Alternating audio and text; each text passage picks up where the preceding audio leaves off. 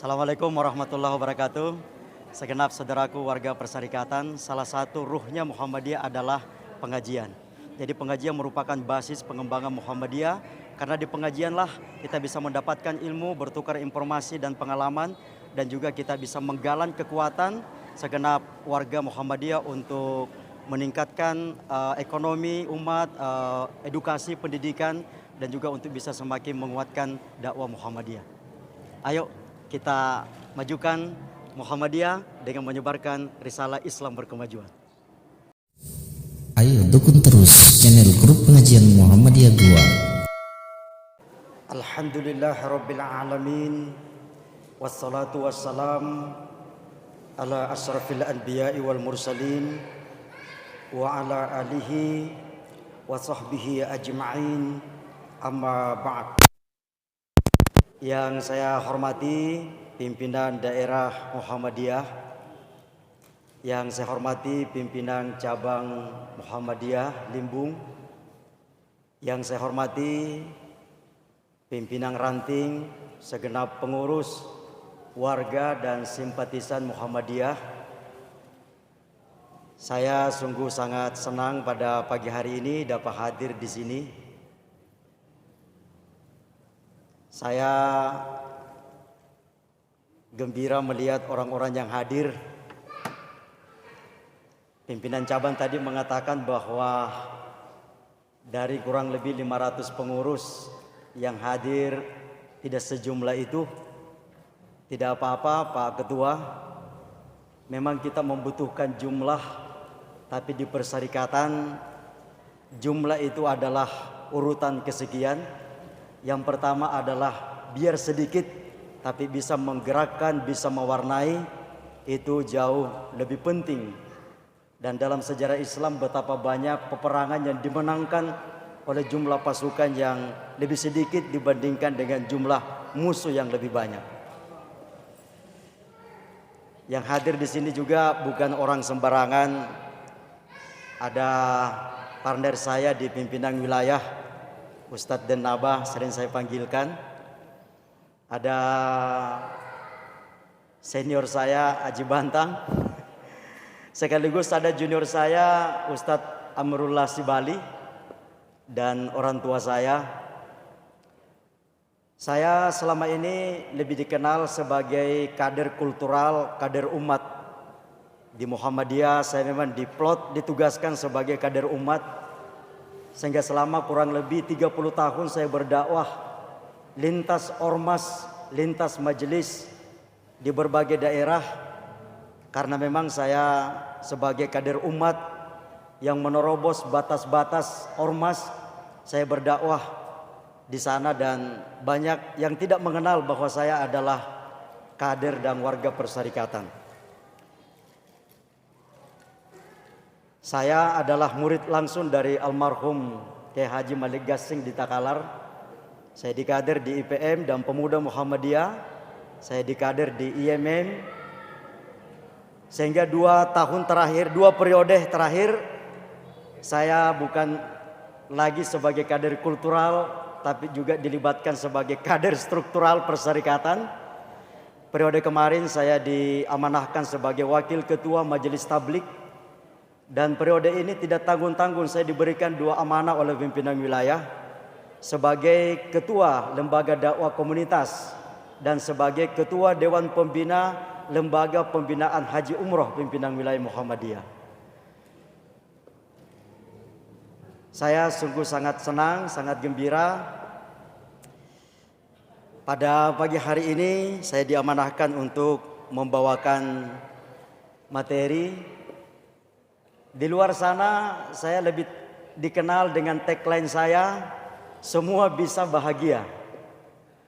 Yang sering mengikuti dakwah saya selama bertahun-tahun tentu mengenal tagline saya, semua bisa bahagia. Bapak Ibu, saya bongkar di sini, sebenarnya semua bahagia itu adalah materi tasawuf modern yang saya kembangkan dari Buya Hamka. Materi-materi ceramah, pengajian-pengajian saya di tema semua bisa bahagia, bahkan buku saya Semua Bisa Bahagia yang diterbitkan di toko Gramedia, itu saya kembangkan dari buku tasawuf modern yang digagas dan ditulis oleh salah seorang tokoh Muhammadiyah, yaitu Buya Hamka. Saya ingin mencoba membawakan materi Semua Bisa Bahagia, salah satu topik dari Semua Bisa Bahagia. Ibu-ibu jelas kedengaran di belakang, Bu? Alhamdulillah. Ada seorang anak kecil mengintip rumah tetangganya melalui kaca jendela. Tiba-tiba anak itu berteriak memanggil ibunya, "Mama, mama, rumah tetangga kita kotor." Mendengar teriakan anaknya, ibunya hanya tersenyum, mengambil kain lap, lalu membersihkan kaca jendela tempat anaknya mengintip. Setelah itu anaknya mengintip dan ia kembali berteriak memanggil ibunya, "Mama, mama, rumah tetangga kita bersih." Tadi mengatakan kotor, sekarang mengatakan bersih. Sebenarnya yang kotor apanya? Sebenarnya yang kotor adalah kaca jendela tempatnya mengintip.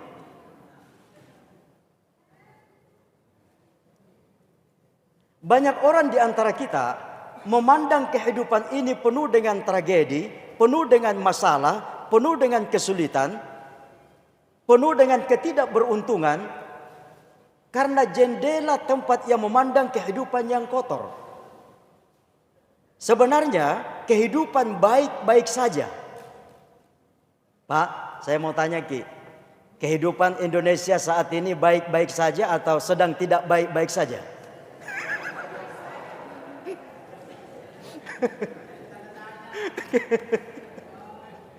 Pertanyaan saya, Indonesia hari-hari ini sedang baik-baik saja atau sedang tidak baik-baik saja?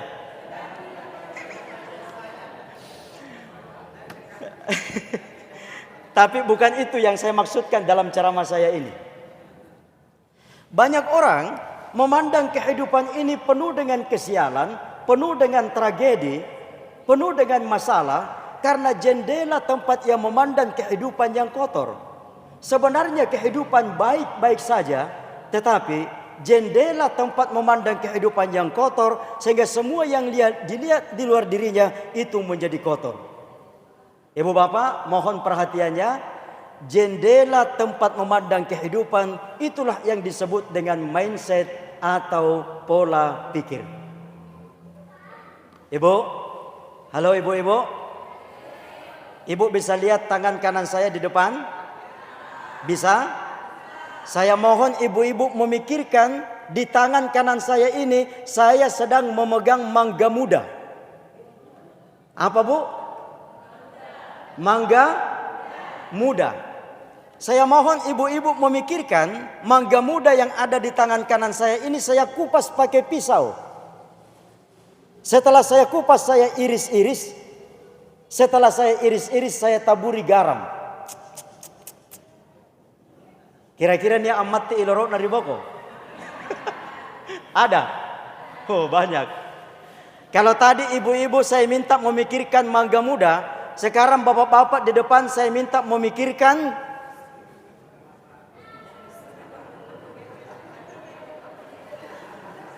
janda muda.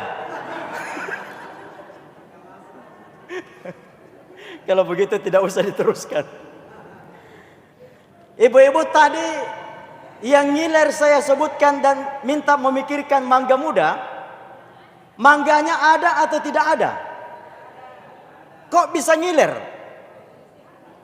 Karena dipikirkan, karena dibayangkan. Adakah yang bapak-bapak miliki sekarang? Apakah itu motif baju? Apakah itu merek kendaraan? Apakah itu cat rumah? Dahulunya bapak-bapak cuma memikirkannya, sekarang sudah jadi kenyataan. Ada tidak Pak? Ada, banyak. Banyak sekali yang kita pikirkan sekarang Banyak sekali yang kita miliki sekarang, dulunya cuma kita pikirkan, sekarang sudah jadi kenyataan. Kalau begitu rumusnya sangat sederhana. Kalau di hari esok kita ingin memiliki sesuatu, kita ingin kualitas hidup kita lebih baik, lebih bertakwa, lebih sukses, lebih beriman, lebih bermuhammadiyah, lebih bahagia, maka pikirkan saja hari ini. Maka pikiran itu akan menjadi Google Drive, akan menjadi Google Map yang akan mendrive kita untuk mewujudkan apa yang kita pikirkan. Hidupmu adalah apa yang engkau pikirkan. Jamaah sekalian, tentu semua yang hadir saat ini ingin hidupnya berubah menjadi lebih baik. Benar atau benar? Sekali lagi, benar atau benar? Ingin hidupnya berubah menjadi lebih baik, lebih beriman, lebih bertakwa, lebih Muhammadiyah. Kalau kita ingin hidup kita berubah menjadi lebih baik, maka yang pertama-tama yang harus berubah adalah mindset atau pola pikir kita sendiri. Allah jelaskan di dalam Al-Quran, innallaha la yughayyiru ma biqaumin hatta yughayyiru ma bi anfusihim. Allah tidak akan mengubah nasib sesuatu kaum sebelum kaum itu mengubah nasibnya sendiri. Terjemahan bebas versi Usman Jasad, Allah tidak akan mengubah nasib seseorang sebelum orang itu mengubah mindsetnya sendiri. Dalam hukum vibrasi atau sering juga disebut dengan the law of attraction atau hukum tarik menarik, disebutkan bahwa pikiran itu ibarat magnet. Ia bisa menarik hal-hal yang ada di sekitarnya. Pikiran yang baik akan menarik kebaikan-kebaikan yang ada di sekitarnya. Sebaliknya, pikiran-pikiran yang buruk akan menarik keburukan-keburukan yang ada di sekitarnya. Seorang filosof Prancis bernama René Descartes pernah berkata, cogito ergo sum, saya berpikir karena itu saya ada. Dalam ilmu mantik ada istilah al-insan al-haywanun natik. Manusia adalah hewan yang berpikir. Jadi yang membedakan antara manusia dengan hewan karena manusia memiliki pikiran. Apa manfaat dan kekuatan pikiran bagi manusia? Inilah yang ingin saya bahas pada pengajian kali ini. Ini adalah salah satu topik dalam tagline saya, semua bisa bahagia. Manfaat pikiran yang pertama, pikiran menentukan kebahagiaan. Mari kita buktikan. Halo bapak-bapak, jelas kedengaran pak? Tabe, apakah ada orang yang banyak uangnya tapi tidak bahagia?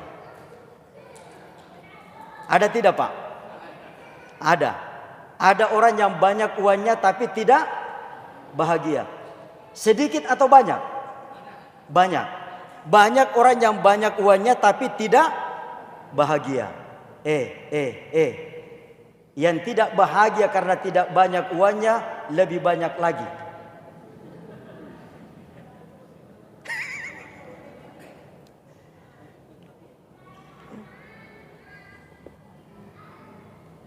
Asana nih kebabatuan yang diberi bahasakan. Ada orang yang banyak uangnya tapi tidak bahagia. Meskipun memang ada orang yang banyak uangnya dan tetap bahagia. Tetapi ada tontawa orang tidak banyak uangnya dan bisa bahagia. Meskipun memang, yang itu jumlahnya banyak tadi, ada orang yang tidak banyak uangnya dan tidak bahagia. Jadi yang membuat orang bahagia bukan uang. Buktinya, orang yang memiliki banyak uang, di antara mereka ada yang bahagia, ada yang tidak bahagia. Buktinya, orang yang tidak memiliki banyak uang, di antara mereka ada yang bahagia, ada yang tidak bahagia. Kalau begitu bukan uang yang membuat orang bahagia. Apa yang membuat orang bahagia? Mindset, pola pikir, cara pandang terhadap uang yang dimiliki. Meskipun uangnya banyak, tetapi berpikirnya kurang, maka dia adalah orang yang miskin. Meskipun uangnya tidak terlalu banyak, tetapi mengikuti sifat Rasul yaitu qanaah, merasa cukup, ia bersyukur, maka dia orang-orang kaya. Makanya orang Limbung berkata, happiness is not determined by money, but happiness determined by philosophy. Apa artinya nenek? Bahagia tidak ditentukan oleh uang, tetapi bahagia ditentukan oleh filosofi, cara pandang, mindset. Ya memang ada ungkapan uang tidak dibawa mati, tapi kalau tidak ada uang rasanya mau mati. Doi kami mantena niring mate, mingka pun tenda doi setengah mati ki. Tapi jangan lupa ada ungkapan lain. Tanpa uang orang sulit untuk bahagia, tetapi uang semata-mata bukan merupakan jaminan orang lalu jadi bahagia. Nanti kapan-kapan pengajian yang lain saya jelaskan tentang hakikat kebahagiaan sa'adatul hakikiyah. Buya Hamka menyebutnya dalam tasawuf modern sa'adatul kamilah, kebahagiaan yang sempurna. Kapan-kapan saya jelaskan. Karena topiknya sekarang adalah mindset. Seorang filosof Cina bernama I Ching pernah berkata, peristiwanya sendiri tidak penting, yang penting adalah bagaimana memaknai peristiwa itu. Hidup kita menjadi baik atau buruk bukan ditentukan oleh kejadian apa yang kita alami, tapi ditentukan oleh bagaimana cara kita memaknai kejadian tersebut. Ada seorang ayah yang bijak di negeri Cina pada zaman dahulu, memiliki seorang anak remaja dan seekor kuda jantan peliharaan. Suatu hari, kuda jantan peliharaannya hilang. Mendengar berita kehilangan tersebut, tetangganya datang turut berbelasungkawa, "Pak Tua, kami dengar kuda jantan peliharaanmu hilang. Sebagai tetangga, kami turut merasakan penderitaan Pak Tua." Pak Tua menjawab, "Ini bukan penderitaan, ini adalah kebahagiaan."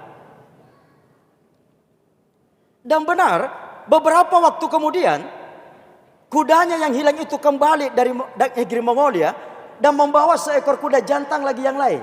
Jadi yang tadinya punya seekor sekarang sudah punya 2 ekor. Mendengar berita itu, tetangganya datang turut bertahniah bergembira, "Pak Tua, kami dengar kuda jantan Anda yang hilang sudah kembali dan membawa seekor kuda jantan lagi yang lain. Kami turut merasakan kebahagiaan Pak Tua." Pak Tua menjawab, "Ini bukan kebahagiaan, ini penderitaan." Dan benar, beberapa hari kemudian anaknya yang masih remaja itu menunggangi kuda yang baru pulang, dan apa yang terjadi? Anaknya terjatuh dari punggung kuda dan tulang pahanya patah. Mendengar berita itu, tetangganya datang turut berduka, "Pak Tua, kami turut merasakan penderitaan Pak Tua. Anaknya jatuh dari punggung kuda dan tulang pahanya patah. Kami turut merasakan penderitaan Pak Tua." Pak Tua menjawab, "Ini bukan penderitaan, ini kebahagiaan." Mulai berbisik tetangganya, stres min orang tua yang satu. Kita bilang penderitaan, dia bilang kebahagiaan. Kita bilang kebahagiaan, Anda bilang penderitaan. Kita bilang penderitaan, Anda bilang kebahagiaan. Dan benar Pak, beberapa waktu kemudian Kaisar Cina pada saat itu memberlakukan wajib militer. Seluruh remaja yang masih normal fisiknya wajib dikirim ke medan perang untuk bertempur, dan taruhannya adalah nyawa. Satu-satunya remaja yang tidak dipilih dan dikirim ke medan perang adalah anaknya, karena baru terjatuh dari punggung kuda dan tulang pahanya patah. Senang dan susah dalam hidup ini hanyalah persoalan dari sudut mana kita melihatnya. Mindset. Halo ibu-ibu. Halo ibu-ibu. Ada ibu-ibu pernah menderita sekali hidupnya, karena kalau terik matahari ia menangis, kalau turun hujan ia juga menangis. Jadi sana sesana telasana. Nah sabab punna rarangan loa angarugi. Punna turun bosia angarutongi. Jadi sangarungaruna. Dia bertemu dengan orang yang bijaksana. Pak bijak bertanya, "Bu, angapa ki ante kattena sama sesakam matalasatta?" Kalau terik matahari menangis ki, kalau turun hujan menangis ki juga. Apa sebabnya? Ngapa ki? Ibu itu menjawab, "Begini Pak bijak. Saya punya 2 anak. Anak saya yang pertama berjualan jas hujan. Anak saya yang kedua berjualan es teler. Kalau terik matahari, saya pikirkan anakku yang berjualan jas hujan. Kasihan jualannya tidak laku. Kalau turun hujan, saya pikirkan anakku yang berjualan es teler. Kasihan jualannya tidak laku." Nah bilang, "Pak bijak, salah memang ton cara berpikir ta. Ubah cara berpikir ta, ubah cara pandang ta. Kalau terik matahari, pikirkan anaknya yang berjualan es teler. Kalau turun hujan, pikirkan anaknya yang berjualan jas hujan. Dia praktekkan dan saat itu ibu tersebut sudah bisa tersenyum di saat terik matahari dan saat turun hujan. Banyak orang yang menderita hidupnya disiksa oleh pikiran-pikiran yang buruk, disiksa oleh pikiran-pikirannya sendiri yang negatif. Seorang ayah, seorang suami di sebuah kampung, dia berprofesi sebagai petani sapi perah. Pagi-pagi dia masuk di kandang sapinya, dia perah susu sapinya, begitu cukup 1 ember, ditendang oleh sapinya pakai kaki kanan. Maka dia ikat kaki kanan sapinya di tiang sebelah kanan. Dia perah susu sapinya, begitu cukup 1 ember, ditendang lagi oleh sapinya pakai kaki kiri. Tumpah lagi 1 ember, maka dia ikat kaki kiri sapinya di tiang sebelah kiri. Nah karena mau ya, tidak mau nak kule menendang ini karena sudah saya ikat 2 kakinya. Dia perah susu sapinya, ekornya lagi yang dia pakai memukul itu ember, tumpah lagi susunya 1 ember. Karena suaminya kasihan sudah tidak punya tali untuk mengikat, terpaksa tali pengikat celananya dia lepas. Pada saat tali pengikat celananya dia lepas, celananya langsung molor ke bawah. Pada saat celananya molor ke bawah, tiba-tiba istrinya datang, tidak bertanya, langsung berpikiran negatif. Oh, ini yang kita bikin tiap pagi di kandang sapi. Yo, apaan lagi pikiran? Cepat ambil kesimpulan, tidak tabayun. Nah bilang suaminya, mama, tuana mau nukodon saluar lalangku. Kuna maiki di toko pembalian saatnya saluar lalang, sekali ke pembalian 7 lawar. Solana nak kulinya ku sampai alu-alu dalam seminggu. Pigilah istrinya di toko belikan suaminya celana dalam 7 lembar. Pulang, ternyata celana dalam 7 lembar warnanya hitam semua. Diprotes sama suaminya, bu, kenapa nah hitam semua ini celana dalam kita belikan ah? Nanti ada orang lihat nah kira orang satu celana dalamku tidak ku ganti-ganti. Istrinya bertanya, siapa yang mau lihat? Hah? Siapa yang mau lihat? Jadi jamaah sekalian, kekuatan pikiran yang pertama adalah pikiran menentukan kebahagiaan. Bukan harta, bukan pangkat, bukan jabatan yang membuat orang bahagia, tapi mindset, cara pandang, cara memaknai kejadian yang kita hadapi. Yang kedua, manfaat pikiran yang kedua adalah pikiran melahirkan ilmu pengetahuan. Sehingga dengan pikiran kita dapat merenungkan ayat-ayat Allah baik yang tercipta maupun yang terucap, sehingga dapat melahirkan ilmu pengetahuan dan teknologi. Inna fi khalqis samawati wal ard wa ikhtilafil laili wan nahari laayatil liulil albab. Sesungguhnya dalam penciptaan langit dan bumi, pergantian siang dan malam, terdapat tanda-tanda kebesaranku bagi orang-orang yang berfikir. Alhamdulillah jamaah sekalian, kita bangsa Indonesia diberikan bonus demografi berupa kekayaan alam yang berlimpah. Namun kekayaan alam yang berlimpah untuk Indonesia ini harus kita syukuri. Setuju ibu bapak? Salah satu cara mensyukurinya adalah dengan mengelola kekayaan alam Indonesia.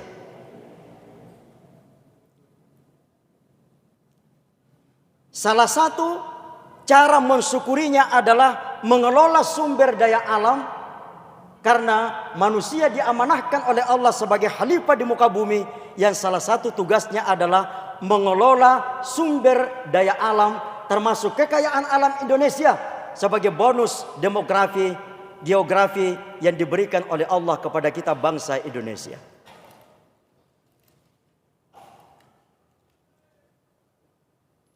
Itu sebab mengapa setelah kurang lebih 2 bulan lamanya pimpinan pusat Muhammadiyah berijtihad untuk menerima atau menolak izin pengelolaan tambang Pada akhirnya pimpinan pusat memutuskan untuk menerima amanah tersebut. Ya memang dhaharal fasadu fil barri wal bahri bima kasabat aydin nas liyudhikahum ba'dal ladzi amilu la'allahum yarji'un. Telah tampak kerusakan di darat dan di laut akibat ulah tangan manusia, sampai Allah menimpakan siksa kepada mereka, supaya mereka menjadi orang-orang yang ingat, orang-orang yang sadar. Tapi Muhammadiyah harus bisa mengelola kekayaan alam tersebut dengan meminimalisir, kalau perlu menihilkan kerusakan lingkungan. Karena saya yakin Muhammadiyah memiliki dua modal besar, yaitu imtak, iman dan takwa, dan yang kedua adalah iptek, ilmu pengetahuan dan teknologi. Dengan imtak akan melahirkan etika. Ini istilah akhir-akhir ini yang lagi ramai adalah environmental ethic, etika lingkungan. Salah satu etika lingkungan perwujudannya, realisasinya adalah beretika, berakhlak ketika mengelola sumber daya alam. Kita tidak meragukan bahwa Muhammadiyah memiliki kekuatan moral, kekuatan etika untuk mengelola kekayaan alam dengan prinsip-prinsip yang baik untuk kemaslahatan umat dan bangsa Indonesia. Dengan imtak melahirkan kejujuran. Tabe ibu bapak, kita bangsa Indonesia hari-hari ini bukan kekurangan orang yang pintar, kita cuma kekurangan orang-orang yang jujur. Setuju? Muhammadiyah tidak boleh lepas tangan mengurus negeri ini. Muhammadiyah harus menerima amanah ini. Kita memang harus memprioritaskan mengurus akhirat, tapi kita tidak boleh melupakan urusan dunia. Wa bataghi fima ataqallahu daral akhirah wa la tansa nasibaka minad dunya. Cari negeri akhirat, tapi jangan lupakan bagian dalam kehidupan dunia, termasuk mengelola kekayaan alam. Tapi dengan etika, dengan imtak, iman dan takwa. Karena kita kekurangan orang-orang jujur sekarang. Mohon maaf karena sekarang ini lagi musimnya. Ada anekdot, ada rombongan politisi melakukan sebuah reses kunjungan di sebuah kampung. Jauh dari pemukiman yang padat, bus yang mereka tumpangi kecelakaan. Yang ada di situ cuma seorang petani tua yang lugu. Maka Pak Tua berinisiatif menguburkan seluruh politisi yang meninggal kecelakaan itu. Besoknya datang tim investigasi. Ditanyalah itu Pak Tua, Pak Tua, benarkah itu kemarin seluruh politisi sudah meninggal baru dikuburkan? Dengan lugu Pak Tua menjawab, sebenarnya waktu saya kuburkan kemarin itu ada yang saya dengar masih bersuara, saya belum mati, saya belum mati. Tapi biasalah, politisi kan tidak bisa dipercaya kata-katanya.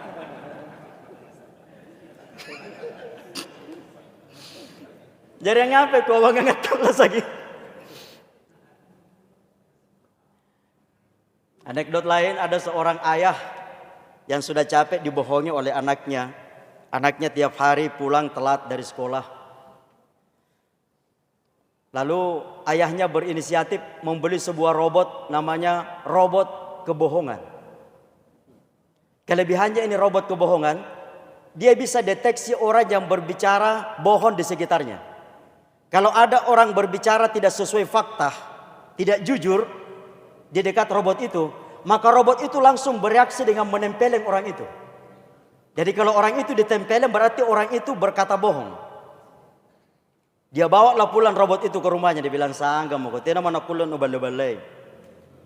Seperti biasa, di teras rumah dia tunggui anaknya sore hari. Anaknya telat pulang, sebelum masuk ke rumah ditanya, kenapa terlambat?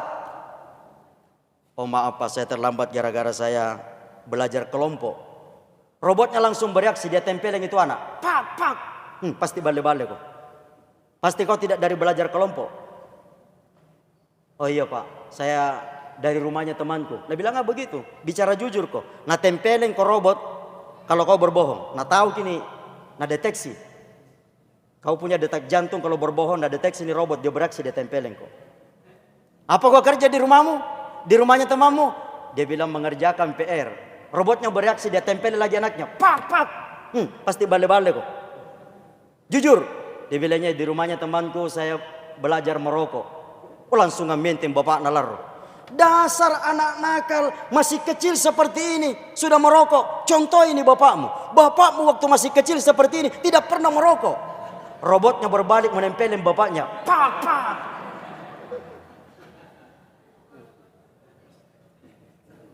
Bagaimana rakyat mau jujur kalau para wakil rakyat tidak jujur? Bagaimana rakyat mau jujur kalau para pemimpinnya tidak satu kata dengan perbuatan? Untuk mempraktekkan kejujuran kita bangsa Indonesia, masyarakat yang paternalistik, perlu contoh, perlu suri toladan. Dan contohnya itu adalah dari para pejabat, para politisi, para ulama. Jangan ada ulama kiai fatwanya bisa dibeli. Pak kiai bagaimana hukumnya ini? Ya terserah mau halal atau mau haram. Kalau fatwa kiai juga sudah bisa dibeli,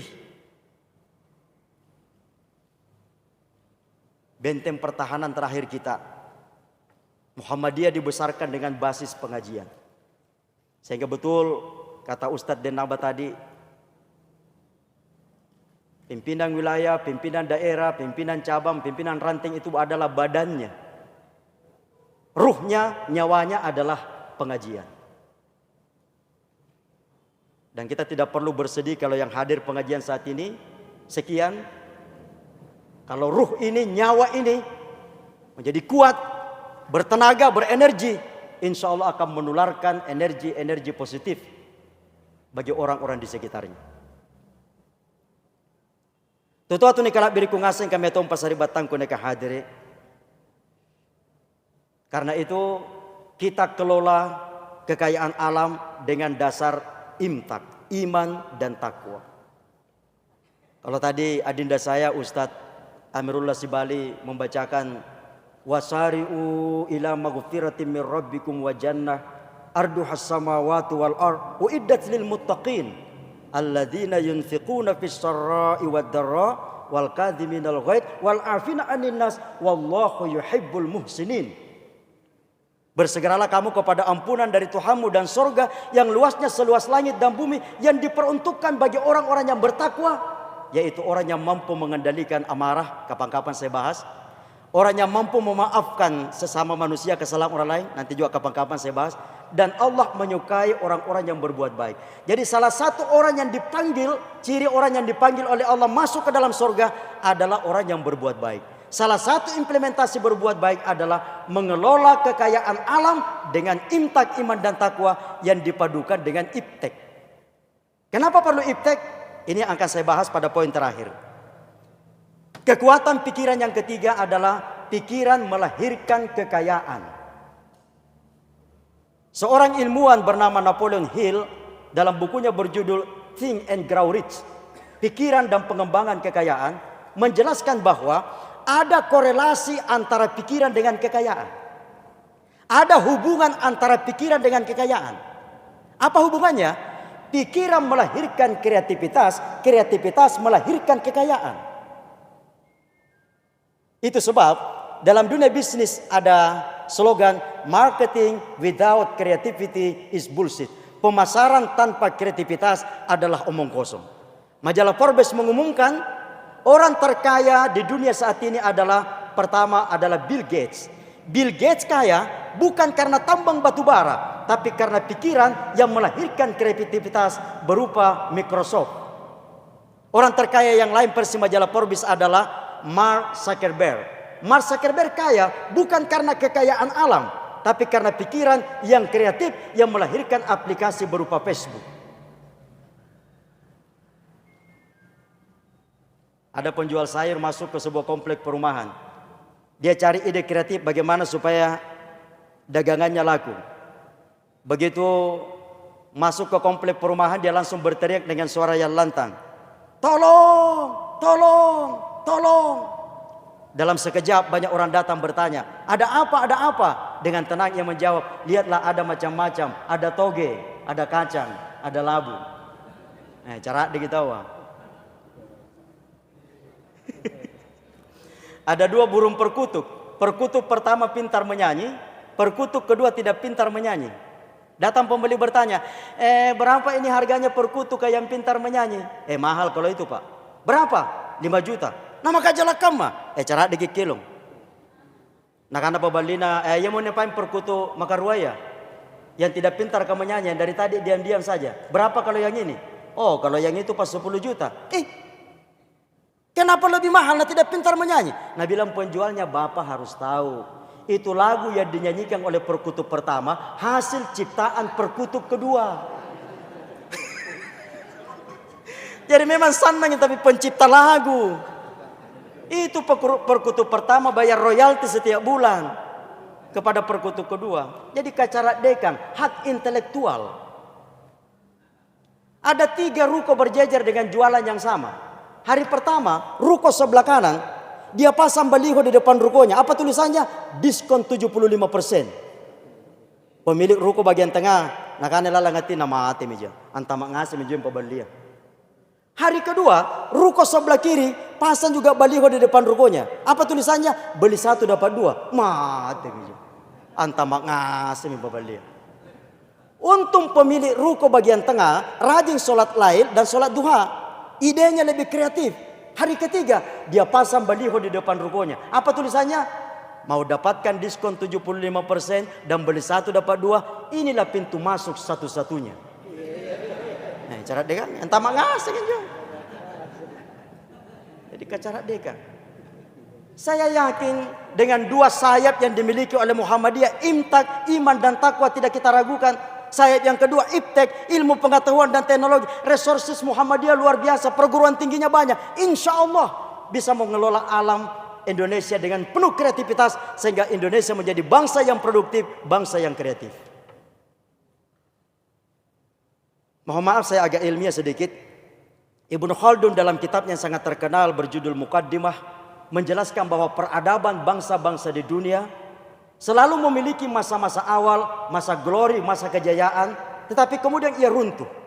Ketika ia runtuh, ia digantikan oleh imperium peradaban bangsa yang lain. Begitu seterusnya bergantian, sehingga Buya Ahmad Safi Ma'arif almarhum menyebut dalam bukunya pemikiran Ibnu Khaldun dengan teori siklus peradaban. Salah satu angka yang sangat unik dalam Islam adalah angka 7. Kenapa 7 angka unik? Karena 7 hari dalam sepekan, 7 lapis langit, 7 kali tawaf, 7 kali tawaf, 7 kali sa'i, 7 kali melontar jumroh. Apa hubungan antara kita Indonesia, teori siklus peradaban Ibnu Khaldun, dan angka 7? Ternyata secara historis, kita bangsa Indonesia pernah berjaya pada abad ke-7. Tapi pada saat itu namanya belum Indonesia, namanya baru Kerajaan Sriwijaya. Siklus 7 abad kemudian. 7 tambah 7 berapa bu? Saya cuma tes konsentrasi. 14. Pada abad ke-14 Indonesia pun pernah berjaya. Tapi pada saat itu namanya belum Indonesia, namanya baru Kerajaan Majapahit. Siklus 7 abad kemudian. 14 tambah 7 berapa? 21. Sekaranglah abad ke-21. Seharusnya Indonesia kembali berjaya menjadi pusat peradaban dunia yang disegani oleh bangsa-bangsa lain. Karena itu Muhammadiyah mengambil langkah tersebut untuk membuat bangsa Indonesia ini berjaya. Karena kemajuan dan kemunduran Indonesia itu akan memberikan kredit dan diskredit terhadap Muhammadiyah. Kenapa? Karena Muhammadiyah merupakan salah satu ormas terbesar di negeri ini. Jadi kalau negeri ini rusak, akan ada implikasi negatifnya bagi Muhammadiyah. Kok Indonesia bisa rusak padahal ada ormas terbesar Muhammadiyah? Tapi kalau Indonesia ini berjaya menjadi pusat peradaban, maka akan memberikan implikasi positif bagi Muhammadiyah. Muhammadiyah memberikan kontribusi terhadap bangsa Indonesia. Jadi risalah Islam berkemajuan harus bisa diimplementasikan dalam berbagai aspek kehidupan. Itulah pesan pimpinan pusat Muhammadiyah kepada kita seluruh warga persyarikatan. Saya di Muhammadiyah ini Pak saat ini diberikan tugas khusus. Pertama, saya Ketua Dewan Pembina Lembaga Pembinaan Haji dan Umroh. Betapa banyak warga persyarikatan berangkat haji dan umroh tidak sesuai dengan tuntunan tarjih. Karena ikut pada travel yang ownernya bukan orang Muhammadiyah, yang manasik dan pengajiannya tidak sesuai dengan tuntunan tarjih. Sehingga ibadah puncak haji dan umrohnya tidak sesuai dengan tuntunan Muhammadiyah. Karena itu saya ditugaskan di sana dan alhamdulillah sampai hari ini sudah melakukan tanda tangan MOU. Saya kebetulan adalah owner dari Ujestur. Mungkin Bapak Ibu sering dengar Ujestur. Ujestur itu adalah travel saya. Saya alhamdulillah di bisnis haji dan umroh. Saya 3 periode sebagai Ketua Umum DPD Asosiasi Travel dan sekarang menjadi Sekjen Asosiasi di pusat. Saya kemarin sudah tanda tangan dengan LPHU Pimpinan Daerah Muhammadiyah Sidrap. Jadi warga persyarikatan Muhammadiyah yang berangkat umroh didaftarkan di Ujestur dan ada share profit, pembagian keuntungan berapa persen untuk persyarikatan dan berapa persen untuk orang-orang yang terlibat dalam kerjasama tersebut. Sebagai contoh, alhamdulillah kemarin dari pimpinan daerah Muhammadiyah sudah ada yang mendaftar umroh itu 11 orang. Dari 11 orang itu saya sudah laporkan sama pimpinan wilayah pada 2 minggu rapat rutin yang lalu. Dari 11 orang yang mendaftar umrah di Ujestur sudah ada bagi hasil sebesar 16.500.000 untuk persyarikatan. Itu baru 16 orang. Baru 11 orang. Saya mau tanya Ki, kira-kira warga persyarikatan yang berangkat umroh setiap tahun, apakah hanya 11 orang atau lebih? Kalau seluruh warga persyarikatan bisa berangkat umrah lewat cara-cara kreatif seperti yang saya jelaskan, maka akan memberikan kontribusi, memberikan kekuatan untuk bisa semakin melebarkan dakwah Muhammadiyah. 11 orang saja sudah bisa mendapatkan bagi hasil kurang lebih 16.500.000. Bisa kita bayangkan kalau 100 atau 200 atau 300 orang. Itu yang membuat insya Allah tanggal 31 Agustus saya bersama dengan Ustadz Denaba akan roadshow ke Bantaeng. Nah, ini Bantaeng asli, bukan Bontaeng tadi. Tapi memang katanya itu yang sebenarnya memang Bontaeng nama aslinya. Saya akan ke Bantaeng dan ke Bulukumba untuk roadshow dalam rangka pembinaan narapidana di lapas dan juga menjejaki kerjasama antara Ujestur dengan warga persyarikatan yang akan berangkat umroh di daerah-daerah tersebut. Karena sudah terbukti di Sidrap baru 11 orang kita sudah bisa mendapatkan dana untuk semakin mempermudah operasional dakwah kita. Goa saya langkai ya. Insya Allah nanti goa kapan-kapan Denaba kita agendakan. Saya sudah bicara dengan Pak Ketua untuk kita agendakan. Saya di Muhammadiyah sekarang juga bersama dengan Denaba diamanahkan untuk berdakwah di komunitas-komunitas yang selama ini tidak terjangkau oleh pengajian-pengajian seperti ini. Dan saya datang bukan memberikan ceramah, tapi alhamdulillah kami datang memberikan bantuan materi, memberikan keterampilan, life skill agar mereka bisa berubah dari tangan di bawah menjadi tangan di atas. Saya ditugaskan khusus untuk ke komunitas-komunitas seperti komunitas miskin kota, miskin desa, komunitas korban narkoba. Tinggal satu komunitas yang belum kami tembus bersama dengan Denaba, yaitu komunitas waria LGBT dan wanita pekerja seksual. Kami belum menemukan formula yang tepat bagaimana masuk ke sana. Kalau komunitas miskin, alhamdulillah kami sudah punya formulanya. Korban narkoba kami sudah punya formulanya. Untuk narapidana di lapas dan rutan kami sudah punya formulanya, kami udah jalan. Nah, yang belum jalan adalah komunitas LGBT dan wanita pekerja seksual. Saya masih pikir-pikir untuk masuk ke sana. Tapi mereka perlu kita jangkau, perlu kita dakwai. Karena mereka tidak ke masjid, tidak ke pengajian, tidak ke majelis taklim, sehingga kita perlu proaktif. Jangan sampai nanti di akhirat nanti mereka ditanya masuk neraka. Kenapa masuk neraka? Karena orang-orang Muhammadiyah tidak mendakwai saya. Wah, itu berat. Nah, mereka juga adalah mad'u, sasaran dakwah kita yang harus kita jangkau. Bapak Ibu, kekuatan pikiran yang ketiga ternyata pikiran dapat melahirkan kekayaan. Inilah yang saya sampaikan pada pagi hari ini, semoga ada manfaatnya. Insya Allah kali lain kalau Allah mengizinkan bisa berjumpa kembali. Mohon maaf jika ada kesalahan dan kekurangan. Dan saya betul-betul mengucapkan terima kasih pimpinan daerah, pimpinan cabang, pimpinan ranting. Meskipun Pak Ical, mana Pak Ical ya? Ini acara sampai beberapa kali tertunda. Pertama karena saya masih di Makkah sehingga tertunda. Yang kedua saya di Jakarta sehingga tertunda.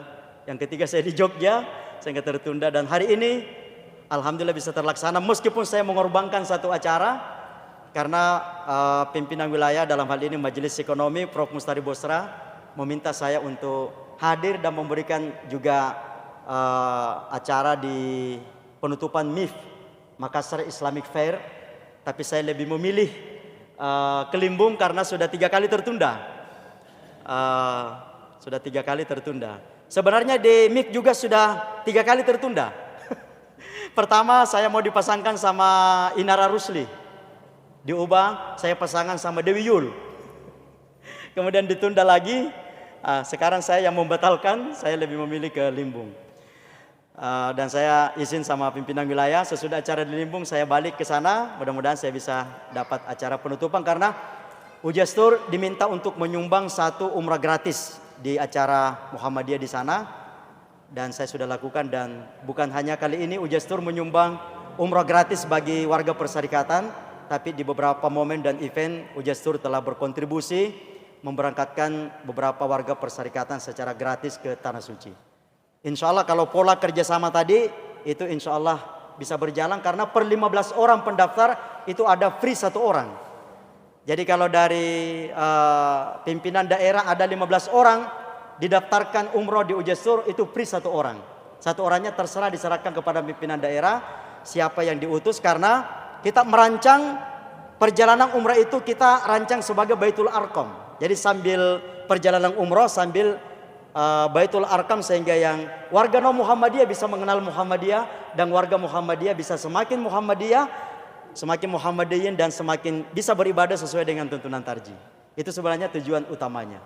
Dan satu-satunya travel di Indonesia di Sulawesi Selatan yang bekerja sama dengan PCIM Saudi Arabia, pimpinan cabang istimewa Muhammadiyah Saudi Arabia adalah Ujastur. Jadi Ujastur sudah bekerja sama dengan pimpinan cabang istimewa Muhammadiyah di Arab Saudi dalam hal bimbingan ibadah di sana. Demikian, terima kasih Ibu Bapak sekali lagi. Mohon maaf, terima kasih. Nun wal kalami wa ma yasturun billahi fisabilil haq fastabiqul khairat nasrun minallahi wa fatun qarib wa basyiril mu'minin. Wassalamualaikum warahmatullahi wabarakatuh.